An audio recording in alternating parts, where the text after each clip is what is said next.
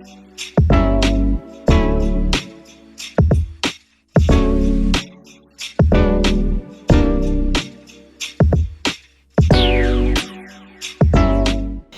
guys, welcome back to Real Estate War Stories. I'm your host Felicia, aka your favorite home agent, and I have a very special guest here with me today, Jacob. Thank you so much for coming on. I cannot wait to hear your story. But before we get started, if you want to go ahead, introduce your title, where do you service, how long you've been in the business? So I've been in the business for about 2 years. I've really serviced everywhere in Long Island. I mean, I've had closings all the way out to Syosset this year to Hampton Bays. So definitely like everywhere. I work with Exit Realtor and Elite, so we're located Port Jeff and Mattituck. Just love being in this industry. And what made you get into real estate? A little basic on the story. I've always been interested in the investing aspect and building up my dream is to build up a rental portfolio so I can get some passive income.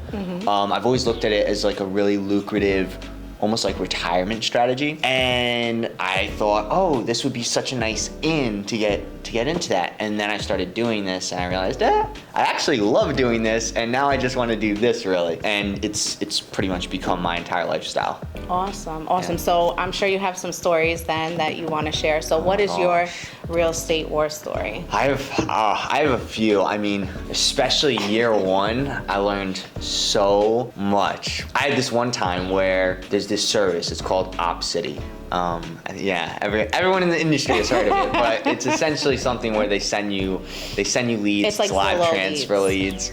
And so I'm taking this call, and these people are like, oh, we need to see these houses. We've been struggling to get an offer accepted. They were going out before by themselves, because this is back in 2021, where it's like, if you're not offering like 50 grand over, you're not getting the house.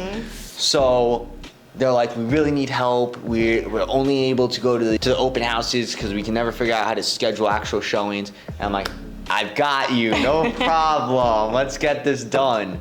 So I'm showing them houses for like 2 months, and pretty consistently. So it's a lot of time put in, a lot of hours, a lot of miles, and we're putting offers in competitive market, so some are getting declined. And we finally get to this one house, and they're like, this is our favorite house. We love this house. We need this house. And I'm like, okay, we're gonna do this, this, and this. This is what our offer is gonna be. I think we can get it. So submit the offer, accepted. Nice. Boom, we're so happy. We are so happy. Next thing you know, they're like, the day before the inspection, Jacob, I don't think we want the house unless they completely renovate the basement, which was totally unfinished, and add a kitchen in there. And I'm like, and this is one of my first deals, so I'm like, oh my gosh, this is so not gonna happen. I'm like, you guys know, if I ask for this, they are almost 100% gonna move on. Oh, yeah. And they're like, it's okay, just do it. Do it, and of course, they move on, and we're out of it. Day later, can you get us the offer accepted again? Please get us the offer accepted. God. Please. We'll take it. We don't care. We have no other option. We need it. I'm like, all right, this isn't gonna work. The seller is not gonna come back to us. Listing agent, hey, so here's the situation, blah, blah, blah. Do you think there's any chance? She's like, absolutely not. 2 days later, hey, other buyers walked away. Do you people still want it? I'm like, oh my gosh. Of emotion. I'm like 3 months into working this thing, maybe a little bit less, but oh my gosh. I call these buyers back, and it was just like 2 days ago that they're like, we want this. Nothing. Did they answer? Nothing. A week later, they answer me. And they're like, oh, we really want the house. I'm like, it's gone now. What are they doing for a week?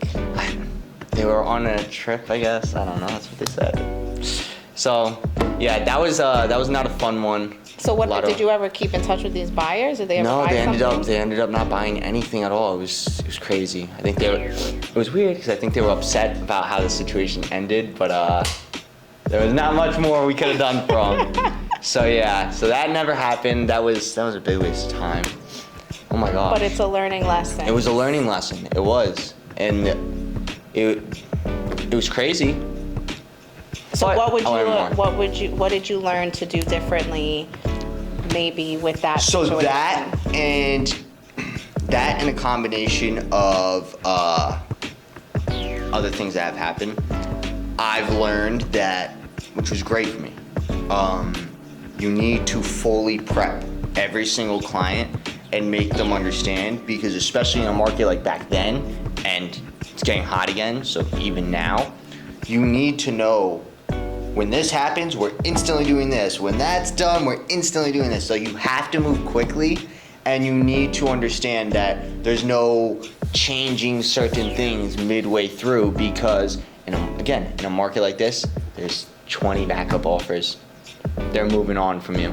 So I've learned to definitely prep my buyers and sellers for different situations way beforehand, so that they understand what to do and what's going to happen. That's important, and I think that's probably the piece of advice that you're giving to our listeners is a buyer consult in the beginning. Huge. Is so big, and then also setting the expectation with the client so they know what to expect going forward and they know the process step by step. Is there any other piece of advice that you would like to give that you wish you would have known when you first started? I mean, well, just to go back to that in its own, it's like when you're new, you just want to go, go, go, go. And like when you're new, you're still building up that clientele. So every single situation is super exciting and you just want to get out there and start showing the houses.